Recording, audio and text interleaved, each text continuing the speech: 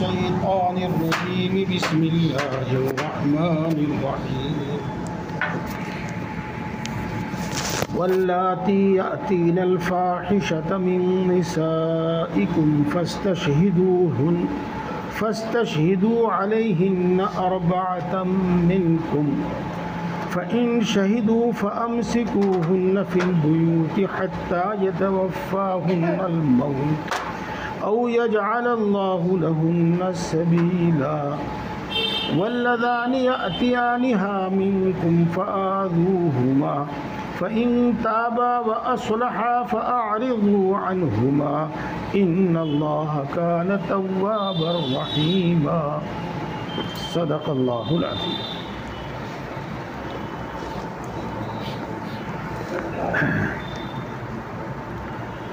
दोस्तों,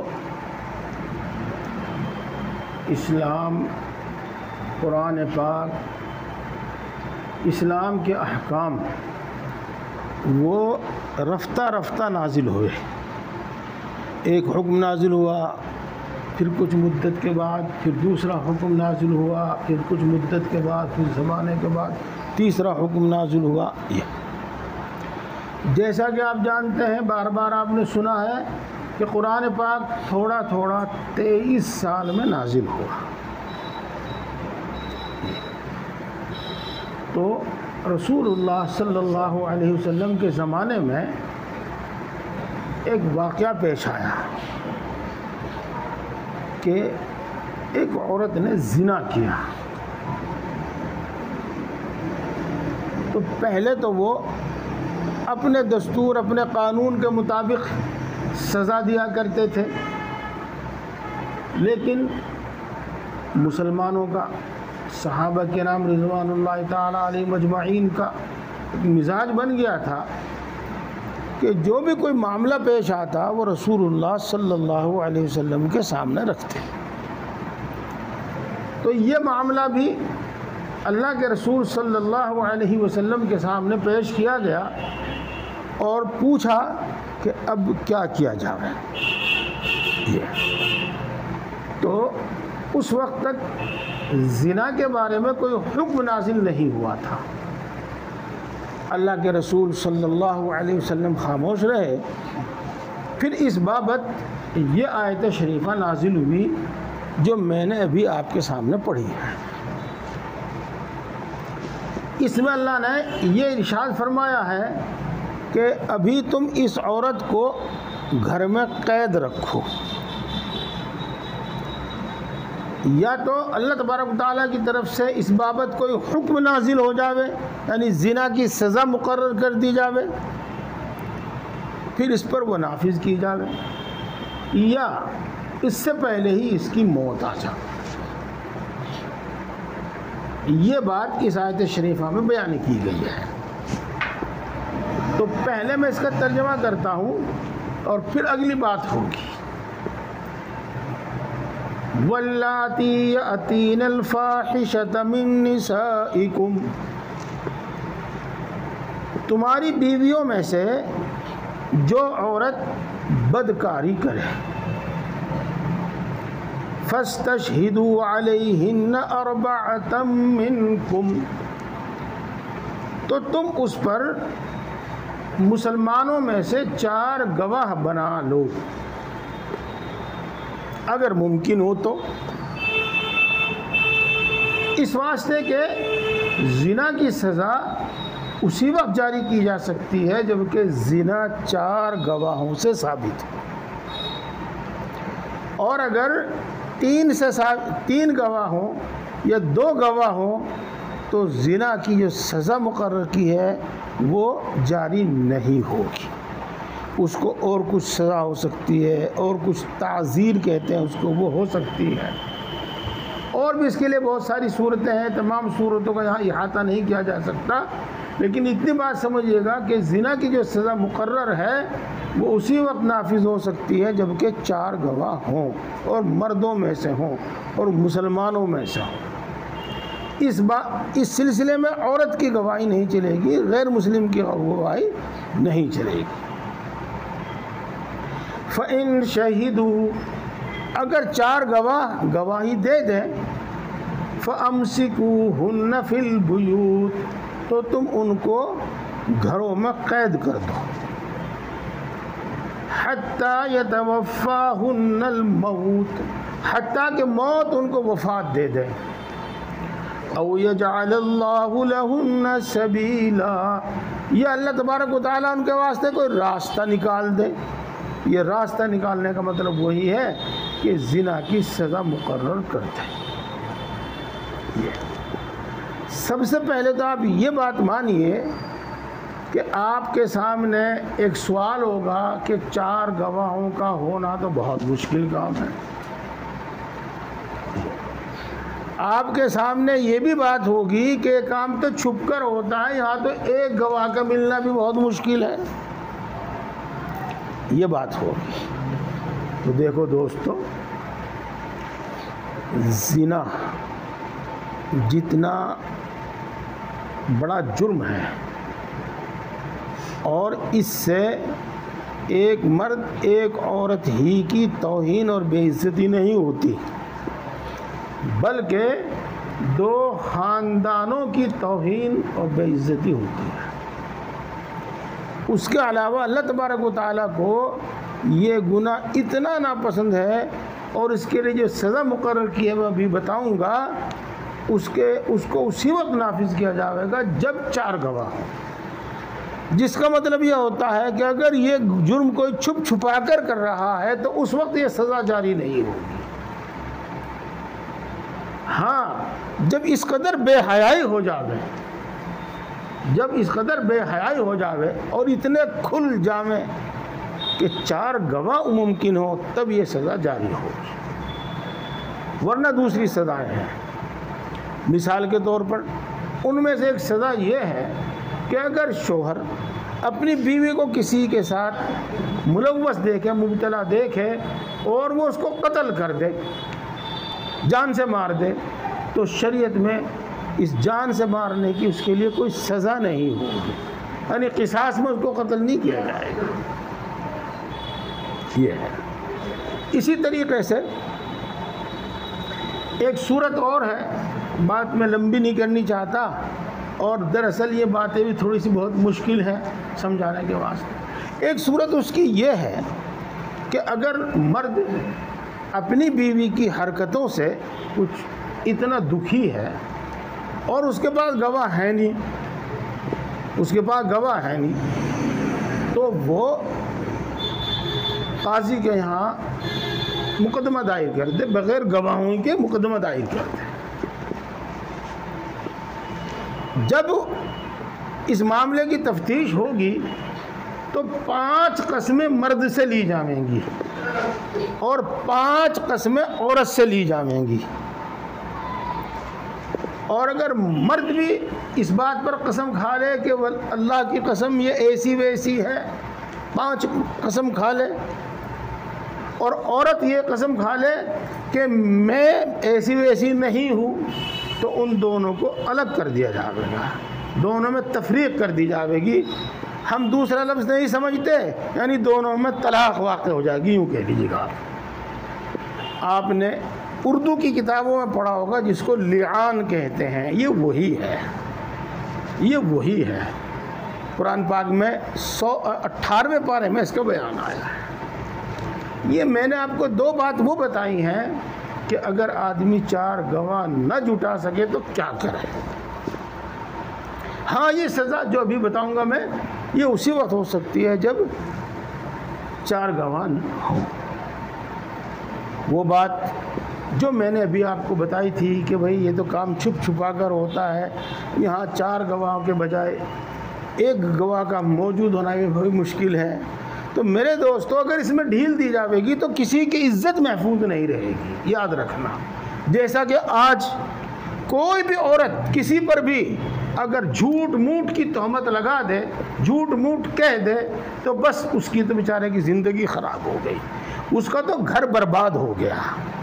बाद में होता रहेगा, जो कुछ तफ्तीश होती होगी, 10 साल मुकदमा चलने के बाद फिर फैसला होगा कि मुकदमा झूठा था या क्या था, लेकिन बहरहाल उस वक्त तक इसकी ज़िंदगी बर्बाद हो चुकी है। और ये हमारी आंखों के सामने है, आपकी आंखों के सामने है। बहरहाल मैं फिर अर्ज़ करूँगा कि क़ानून के तमाम पहलू समझना, उनके तमाम नफ़े नुकसान समझना, इसके लिए बहुत बड़े इल्म की ज़रूरत है। बस जितना मैंने कहा है ये सब कुरान पाक हदीस पाक के हवाले से कहा है, इसी को आप काफ़ी समझिएगा। फिर भी अगर किसी को कुछ पूछना हो तो बाद में वो पूछ सकता है। फिर समझिएगा कि इस सिलसिले में क्या कानून नाजिल हुआ। इस सिलसिले में यह कानून नाजिल हुआ कि अगर मर्द और औरत दोनों शादीशुदा हैं, दोनों का निकाह सही हुआ है, उसके बाद भी ये मर्द किसी से अपना मुंह काला करता है, इसके बाद भी औरत किसी से मुंह काला करती है, यानी शौहर के होते हुए बीवी ऐसी हरकत करती है या बीवी के होते हुए मर्द ऐसी हरकत करता है, तो उनकी सज़ा वही है कि 4 आदमियों से जब ये ज़िना साबित हो जाएगा तो उसको मैदान में खड़ा करके पत्थर मार मार के जान से मार दिया जाएगा। उसको फांसी नहीं दी जाएगी, उसको तलवार से कत्ल नहीं किया जाएगा, उसकी गर्दन जुदा नहीं की जाएगी, बल्कि पत्थर मार मार कर उसको जान से मारा जाएगा, मर्द हो या औरत हो। ये और अगर निकाह नहीं हुआ, शादीशुदा नहीं है, जिसको हम आजकल की इस्तिलाह में अपनी उर्दू ज़बान में कहते हैं कि कमारे हैं, तो मर्द को भी 100 कोड़े मारे जाएंगे और औरत को भी 100 कोड़े मारे जाएंगे। और ख़ास बात यह है कि वो जिसको पत्थर मार मार के जान से मारना कहते हैं, उसको रज्म कहते हैं, वो तो खुले मैदान में सबके सामने होएगा। हाकिम और काजी भी सबसे पहले पत्थर मारेगा और गवाह भी सबसे पहले उसमें पत्थर मारेंगे और फिर आम पब्लिक पत्थर मारेंगी। लेकिन ये 100 कोड़े भी कहीं कोठड़ी में या किसी 4 दीवारी में नहीं, बल्कि खुले मैदान में मारे जाएंगे, जिसके मुतालिक अल्लाह तबारक व तआला कुरान पाक में इरशाद फरमाते हैं, वलियशहद अज़ाबहुमा ताइफ़तुम मिनल मुमिनीन। उनकी सज़ा को मुसलमानों की एक जमात अपनी आँखों से देखे। इसमें तकलीफ़ के साथ साथ रुसवाई भी है और रुसवाई के साथ साथ सब लोगों के वास्ते इबरत भी है। ये उनकी सज़ा मुकर्रर की गई। अब इस दौर में जबकि ज़िना कोई जुर्म ही नहीं है, ज़िना जुर्म नहीं है, ज़ोर ज़बरदस्ती करना जुर्म है, ये याद रखिएगा। आज के कानून में ज़िना जुर्म नहीं है, ज़ोर ज़बरदस्ती जुर्म है। आज के दौर में जबकि ज़िना जुर्म नहीं है, उसको तो ये सज़ा बहुत भारी दिखाई देगी। मैं इसकी एक मिसाल देता हूँ आपके सामने, आपसे मैं उसके बारे में जवाब तलब करता हूँ। एक बच्चे ने कांच का गिलास तोड़ दिया, उसकी माँ ने उसको थप्पड़ मारने शुरू कर दिए, मारना पीटना शुरू कर दिया। एक दूसरी औरत देखती है, वो पूछती है एक बच्चे को क्यों मार रही है ये। उसको बताया गया कि इसने गिलास तोड़ दिया है। वो यूँ कहती है कि भला गिलास तोड़ने की वजह से मार रहे, गिलास की भी कोई हैसियत है, गिलास तोड़ने पर बच्चे को मार रही है, वो यूँ कहती है। अब आप सोचिएगा कि जो औरत बच्चे को गिलास तोड़ने पर मार रही है वो क्यों मार रही है, और जो औरत यूँ कह रही है कि गिलास तोड़ने पर भी कहीं बच्चे को मारा जाता है वो क्यों कह रही है। मैं आपके दिल की बात कहूँगा, आप खुलकर नहीं कह सकेंगे, मैं आपके दिल की बात कहूँगा। जो औरत बच्चे को गिलास तोड़ने पर मार रही है उसके नज़दीक उस गिलास की अहमियत है, कीमत है, और जो औरत यूँ कह रही है कि कहीं गिलास के तोड़ने पर भी बच्चे को मारा जाता है, उसके दिल में इस गिलास की कोई अहमियत और कोई कीमत नहीं है। जो औरत अपने बच्चे को मार रही है वो उसको अदब सिखाने के वास्ते मार रही है कि इसकी लापरवाही ख़त्म होनी चाहिए, क्योंकि ऐसे नुकसान अक्सर व बेशतर लापरवाही और गफलत की वजह से होते हैं। और जो औरत यूँ कह रही है गिलास तोड़ने पर कहीं मारा करते हैं क्या, वो उसको अपने बच्चे की तरबियत का कोई ख्याल नहीं है, वो कुछ भी करे। तो एक तो ये कि ज़िना बहुत बड़ा जुर्म है, और पाक दामन रहना जो ज़िना की ज़िद है, ज़िना पाक दामन रहना ये बहुत बड़ी कीमती चीज़ है, बहुत बड़ी कीमती चीज़ है। जब ये पाक दामन रहने से आदमी नापाक दामन होता है तो अल्लाह तबारक व तआला को इतना गुस्सा आता है, इतना गुस्सा आता है कि वो नहीं गवारा करता कि ये शख्स मेरी धरती पर, मेरी ज़मीन पर रहे। ये और इसी तरीके से अल्लाह तबारक व तआला ये भी चाहता है कि ना ये मेरा बंदा आइंदा ऐसी कोई हरकत करे, और न इसको देखकर दूसरे लोग हरकत करें, और ये गुनाह और ये गंदगी आम ना। इस वास्ते 100 कोड़े मारे जाते हैं। और जब उसके साथ उसके पास एक बीवी मौजूद है, उसके पास शोहर मौजूद है, तो फिर उसको किसी की तरफ निगाह उठाकर देखने की ज़रूरत क्या है। रसूलुल्लाह सल्लल्लाहु अलैहि वसल्लम जब मेराज में गए थे तो आपने कुछ मर्दों और कुछ औरतों को देखा कि उनके सामने एक हांडी में पाकीज़ा हलाल गोश्त रखा हुआ है, और एक दूसरी हांडी में बदबूदार बदबू सड़ा हुआ हराम गोश्त रखा हुआ है। और वो मर्द औरत उस पाक और खुशबूदार कह लीजिएगा गोश्त को छोड़कर उस बदबूदार और हराम गोश्त को खा रहे हैं।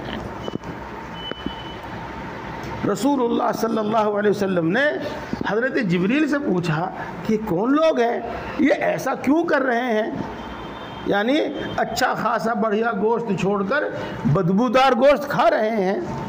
तो हज़रत जिब्रील ने यही फरमाया था कि ये वो लोग हैं जिनके पास पाक से साफ बीवियाँ मौजूद हैं, लेकिन फिर वो ना ज़िना में मुब्तला हैं, और ये वो औरतें हैं जिनके पास शोहर मौजूद है लेकिन फिर ये ज़िना में मुब्तला है।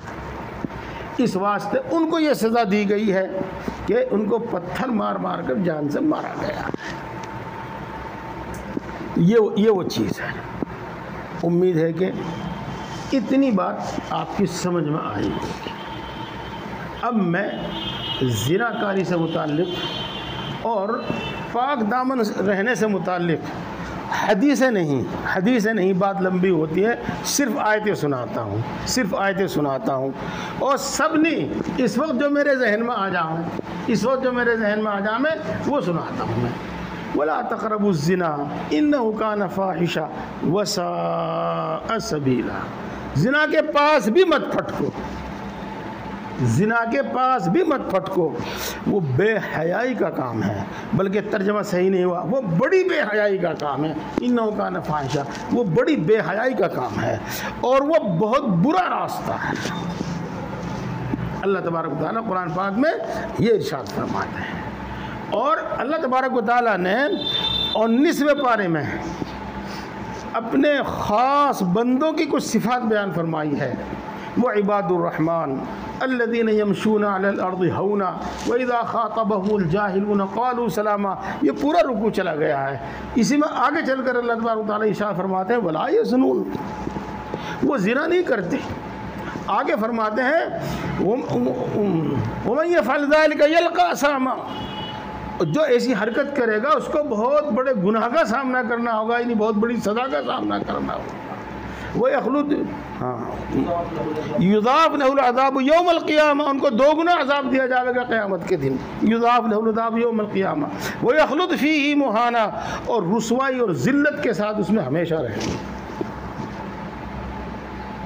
ये ज़िना के मुताल्लिक़ अल्लाह तबारक व तआला ने कुरान पाक में इरशाद फरमाया है। इसका उल्टा ले लीजिएगा, जिसको पाक दामनी कहते हैं, ये अल्लाह तबारक व तआला ने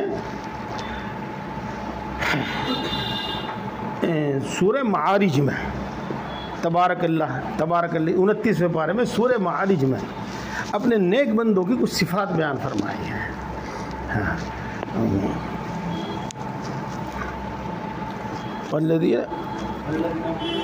वल्लज़ीना हुम लिफ़ुरूजिहिम हाफ़िज़ून इल्ला अला अज़वाजिहिम औ मा मलकत अयमानुहुम फ़इन्नहुम ग़ैरु मलूम। वो अपनी शर्मगाह की हिफाजत करते हैं, उसका गलत इस्तेमाल नहीं करते, बस वो उनको अपनी बीवियों के लिए इस्तेमाल करते हैं और बांदी के लिए इस्तेमाल करते हैं, बांदी जिसका तज़किरा आपके पास आ चुका है, और किसी के लिए नहीं, सिर्फ बीवी के लिए और किसी के लिए नहीं। इसी तरीके से यही सिफत अल्लाह तबारक व तआला ने 18वें पारे में बयान फरमाई है मुमिनीन की, वल्लज़ीना हुम लिफ़ुरूजिहिम हाफ़िज़ून इल्ला अला अज़वाजिहिम औ मा मलकत अयमानुहुम फ़इन्नहुम ग़ैरु मलूमीन। बिल्कुल इन्हीं अल्फाज के साथ एक 18वें पारे में अल्लाह तबारक व तआला ने मुमिनीन की सिफत बयान फरमाई है। और इसी तरीके से 29वें पारे में अल्लाह तबारक व तआला ने मुमिन मुसलमान बंदों की, मर्दों की और औरतों की बहुत सी सिफ़ात बयान फरमाई है। इन्नल मुस्लिमीन वल मुस्लिमात वल मुमिनीन वल मुमिनात वल क़ानितीन वल क़ानितात। इसके आखिर में फरमाया वल हाफ़िज़ीन फ़ुरूजहुम वल हाफ़िज़ात, कि अल्लाह के नेक बंदे और अल्लाह की नेक बंदियाँ जो अपनी शर्मगाहों की हिफाजत करने वाले हैं, शर्मगाहों की हिफाजत करने वाली हैं। तो बहरहाल पाक दामन रहना एक बहुत बड़ी सिफत है, बहुत बड़ी सिफत है, और इसके बिलमुकाबिल ज़िना ये एक बहुत बड़ा जुर्म है, बहुत बड़ा जुर्म है। क़यामत में इसकी सख्त सज़ाएँ आई हैं, सख्त सज़ाएँ आई। मेरे प्यारे भाइयों, बुज़ुर्गों, अब आप ये समझिएगा कि इस माहौल में जैसा कि रसूलुल्लाह सल्लल्लाहु अलैहि वसल्लम 1400 साल पहले फरमा कर गए थे, एक ज़माना वो आवेगा जिसमें लोग हराम चीज़ों को हलाल कर लेंगे और युहिल्लूनल हिर्र वल हरीर, कि वो ज़िना को जायज़ और हलाल समझ लेंगे, जो हम आज अपने आँखों के सामने देख रहे हैं। तो इस माहौल में इस किस्म की बातों की सुनने की ज़रूरत है कि नहीं है? मैं जैसे कि बार बार करता हूँ, अगर हम दीन की बात, कुरान और हदीस की बात नहीं सुनेंगे तो मौजूदा माहौल में ढल जाएंगे और वही हमारी जहनीत हो जाएगी। हमें कोई समझाने का नहीं, लेकिन देख देख कर हमारी वही सोच बन जाएगी, फिर वही हमारा अमल होगा, फिर वही हमारा अमल हो जाएगा।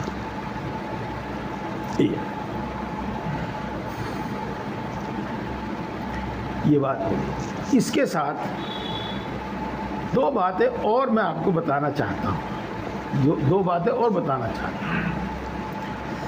इस सिलसिले में अल्लाह तबारक व तआला ने, यानी ज़िना से बचने के सिलसिले में, यानी को पाक दामन रहने के सिलसिले में अल्लाह तबारक व तआला ने मर्दों को और औरतों को बड़ी तफसील से हिदायत दी है। पूरे कुरान पाक में बड़ी तफसील से इसकी हिदायत दी है।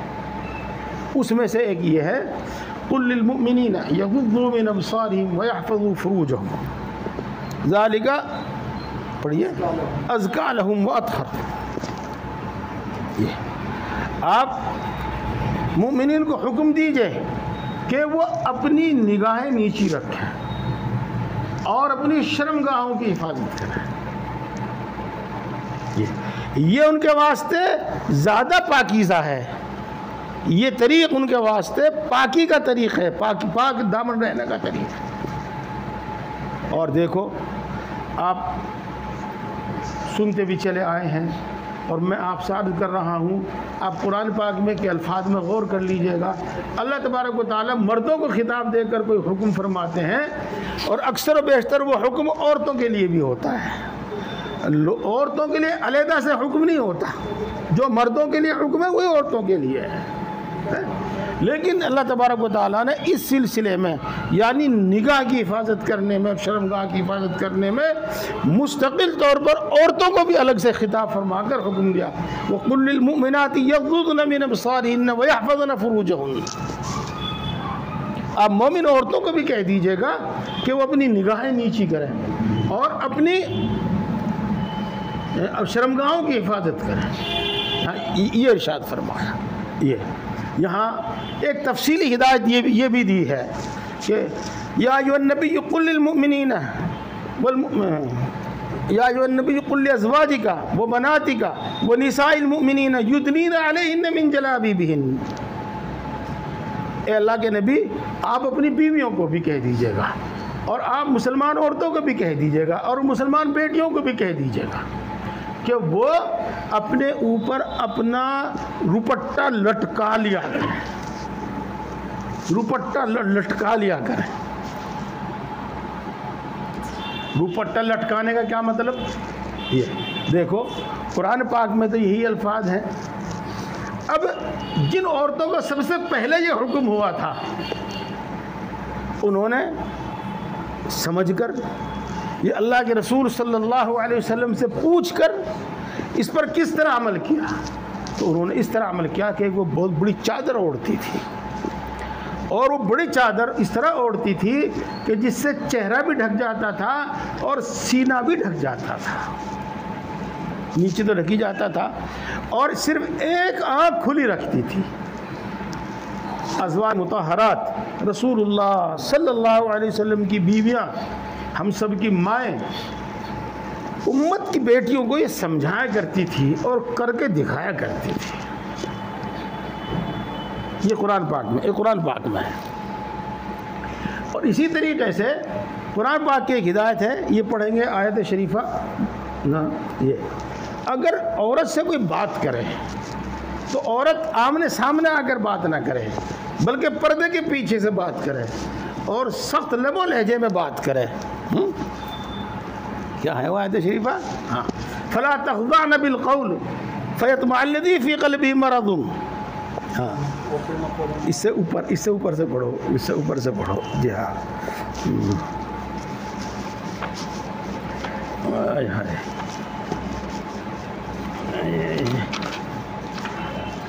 फला बैठे रहे बहुत सारे।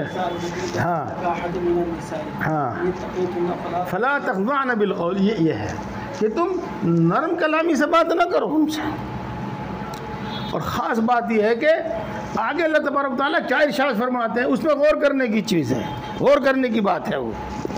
अगर औरत किसी अजनबी मर्द से प्यार के लहजे में, नरम लहजे में बात करने लगेगी, फ़यतमअल्लज़ी फ़ी क़ल्बिही मरद, जिसके दिल में बीमारी है, जिसके दिल में खोट है, ख्वाहिश नफसानी का गलबा है, वो इस औरत से कुछ उम्मीद ले बैठेगा, अपने दिल में कुछ उम्मीद जमा लेगा। वो आज मीठी मीठी बातें हो रही हैं, कल को सामने भी आवेगी, वगैरह वगैरह।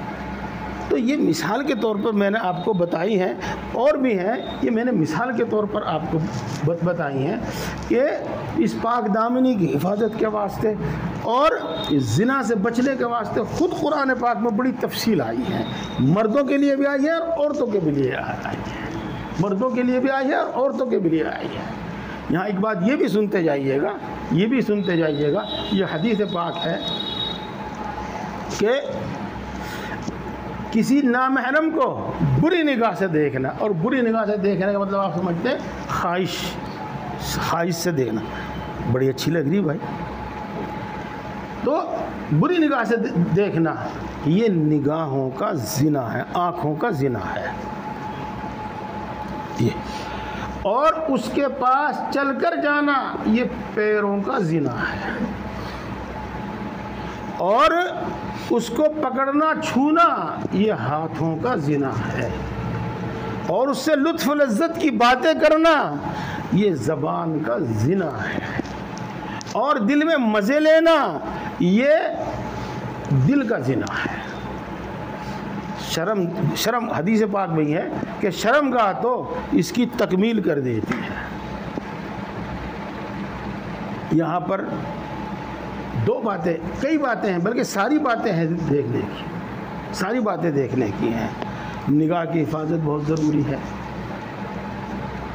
ऐसे मजमे में न मर्द घुसे, औरतों के ऐसे मजमे में न मर्द घुसे जहाँ घस्सम घस्सा हो, और औरतों के ऐसे मर्द ना घुसे, मर्दों के ऐसे मजमे में औरत ना घुसे जहाँ घस्सम घस्सा हो।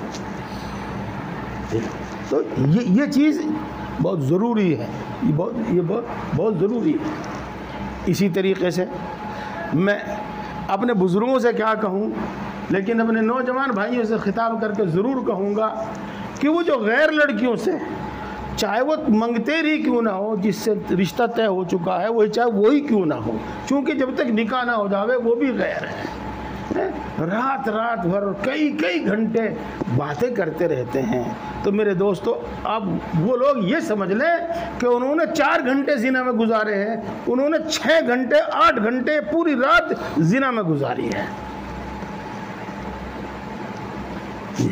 तो बहरहाल ये जो सज़ा मुकर्रर की गई है उसी से अंदाज़ा होता है कि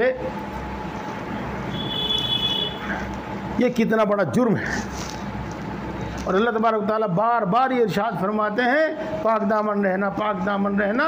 तो ये कितना अहम है, ये कितनी अहम बात है। मैं फिर दोबारा कहूँगा वो गिलास वाली मिसाल देकर, हम इन सब बातों को, जो बातें आपको भी मैंने सुनाई हैं, एक लफ्ज़ से पर्दे से ताबीर करते हैं। पर्दा कि सब चीज़ आ गई उसमें, पर्दे से ताबीर करते हैं। तो भाई जिसके नज़दीक गिलास की कोई कीमत होगी वो इसकी हिफाजत करेगा, और उसी के टूटने पर उसको दुख होगा, और उसके तोड़ने पर वो सज़ा देगी, और उसकी हिफाजत का वो इंतज़ाम करेगा। और जिसके नज़दीक गिलास की कोई कीमत नहीं है उसमें तो वो कुछ भी नहीं करेगा। तो जिनके नज़दीक ज़िना जुर्म नहीं है वो पर्दा क्यों करने लगे? जिनके नज़दीक पाकदामनी कोई चीज़ नहीं है वो पर्दा क्यों करने लगे? उनके नज़दीक किसी लड़के लड़की का आपस में बात करना, मिलना जुलना, बैठना उठना है, बल्कि जिसको कहते हैं दोस्ती, क्या कहते हो, गर्लफ्रेंड बॉयफ्रेंड, ये फिर कोई बुरी नहीं है, कोई बुरी चीज़ नहीं है। उन्होंने तो यहाँ तक दे दिया, कानूनी तौर पर इजाज़त दे दी है। क्या है वो, लो इन रेशन, क्या लफ्ज़ कहते हैं उसको, हाँ, उसको भी कानूनी तौर पर दुरुस्त करार दे दिया है। तो उनके तरीक़े पर हम कैसे चल सकते हैं? हम अपनी लड़कियों को वही लिबास कैसे पहना दें जो वो पहनती है? हम अपनी लड़कियों को बिल्कुल आज़ादी के साथ दूर दराज हॉस्टलों में कैसे छोड़ दें? हम अपनी लड़कियों को दूर दराज नौकरी के वास्ते कैसे भेज दें? अब सोचो, आप सोचो इस बात से। देखो एक पुरानी कहावत है मेरे भाइयों, हाँ मुझे ना कुछ कहियो, हाँ पुरानी कहावत यह है कि जब लौंडी दीवार तक परली तरफ चली गई फिर क्या भरोसा।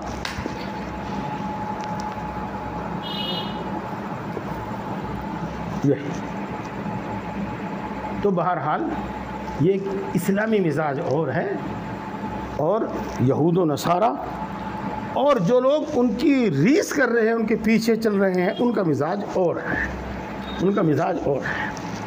मैं अपनी बात ख़त्म कर रहा हूँ। एक चुटकुला सुना के आपको, एक चुटकुला सुना के। ये पास में ही टांडा है, मैं पढ़ाया 22-23 साल 24 साल पढ़ाया है मैंने यहाँ से। तो यहाँ एक हमारे मौलाना साहब थे, बड़े समझदार आदमी थे।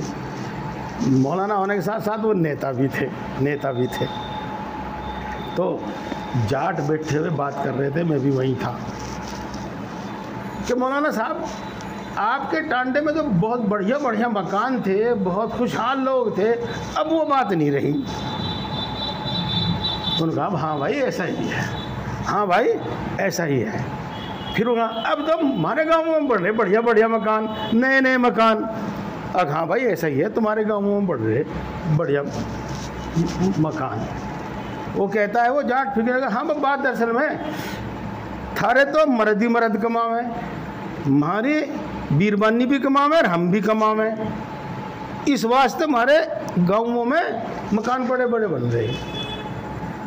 उसने ये कहा। तो मौलाना बड़े समझदार थे, कहने लगे भाई देख वक्त की बात है। एक ज़माना वो था कि जब न हम कमावे थे न हमारी बीरबानी कमावे थी, फिर हमारे मकान धर से ऊंचे धर से बढ़िया बन रहे थे, हैं? तो बात ये है कि कोई ये समझने लगे कि औरत अगर कमावेगी तो खुशहाली आवेगी। नहीं, ये महज एक सोच है, ये महज एक सोच है।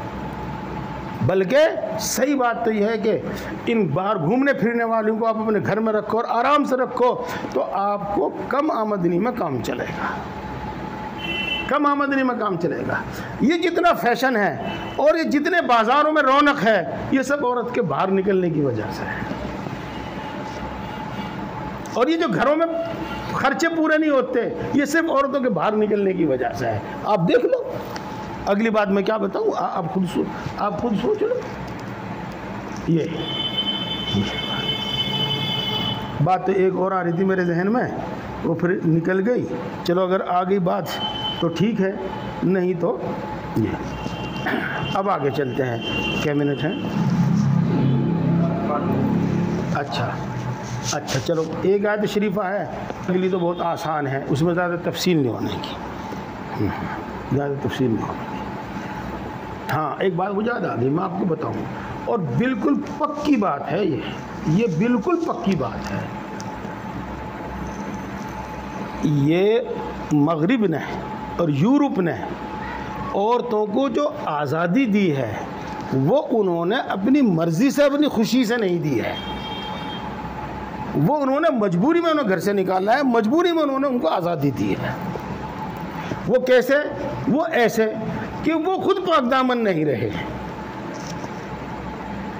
वो खुद पाक दामन नहीं रहे। और जब वो पाक दामन नहीं रहे तो उनके पास कोई ऐसा कानून तो है ही नहीं, ऐसी दीन तो है ही नहीं कि वो अपनी औरतों को, अपनी बेटियों को पाबंद कर सके। और ऐसा होता भी नहीं। जब आदमी खुद पाबंद ना हो तो वो अपनी बहू बेटियों को कैसे पाबंद कर दे? तो वो उनसे हैं क्या कहा करें, उगर हो गए, घरों की से बाहर निकली, बाहर निकली। और जब वो घर से बाहर निकली उन्होंने सोचा कि भाई हमारी तो मानती नहीं है, हमारी इनकी क्या जिम्मेदारी। अच्छा भाई, जब तुम बाहर निकलो तुम अपना आप कमाओ और अपना आप खाओ। और जब बात अपना आप कमाने और खाने की आ गई तो बस फिर तो उनके जेवड़े उनकी कमर पे।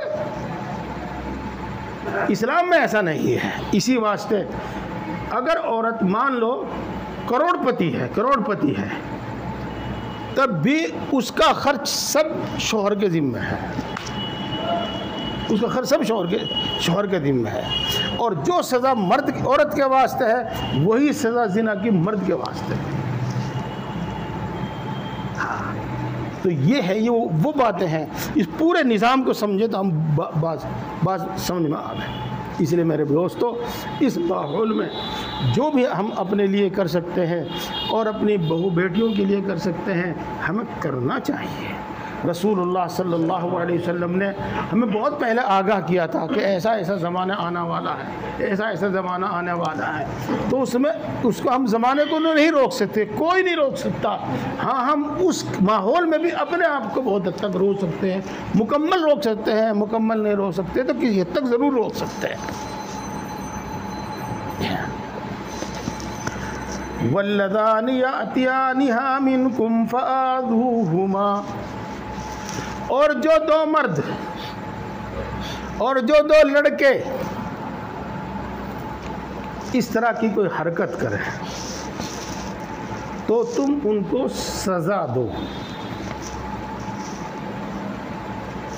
फिर सज़ा के बाद अगर वो इस काम से तौबा कर लें और आइंदा के लिए अपना अमल दुरुस्त कर लें तो फिर उनसे कुछ तारुज़ ना करो, यानी फिर उनको लानत मलामत ना करो। बेशक अल्लाह तबारक व तआला तौबा कबूल करने वाला है और बेशक अल्लाह तबारक व तआला बहुत रहम फरमाने वाला है।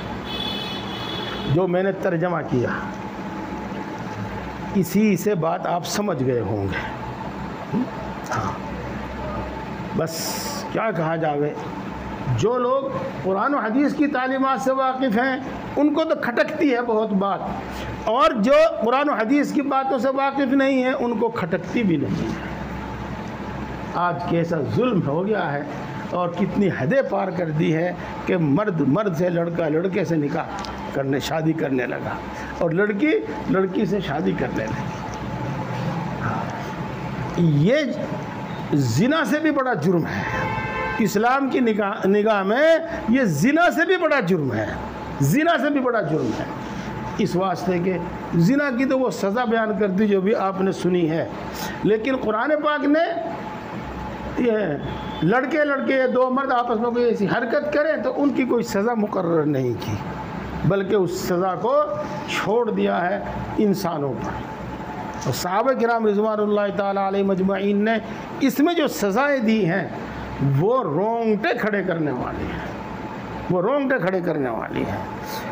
किसी दूसरी सज़ा, किसी दूसरे जुर्म का कि ये सज़ा नहीं है कि किसी को ज़िंदा आग में जला दिया जावे, लेकिन हज़रत अली रज़ी अल्लाह ताला अन्हु ने सहाबा के मजमे में ये तय किया था कि अगर दो लड़के आपस में ऐसी हरकत करें या दो मर्द आपस में ऐसी हरकत करें तो उनको ज़िंदा जला दिया जाए, और उन्होंने ज़िंदा जलाया है। और ये ये भी तजवीज़ हुआ कि इनको पहाड़ पर या किसी और ऊंची जगह पर ले जाकर नीचे उठाकर नीचे पटक दिया जाए। ये बहरहाल पाक दामन रहने के वास्ते ये भी ज़रूरी है कि आदमी लड़कों से भी बचे, औरत औरत से भी बचे, लड़के लड़के से भी बचे, मर्द मर्द से भी बचे।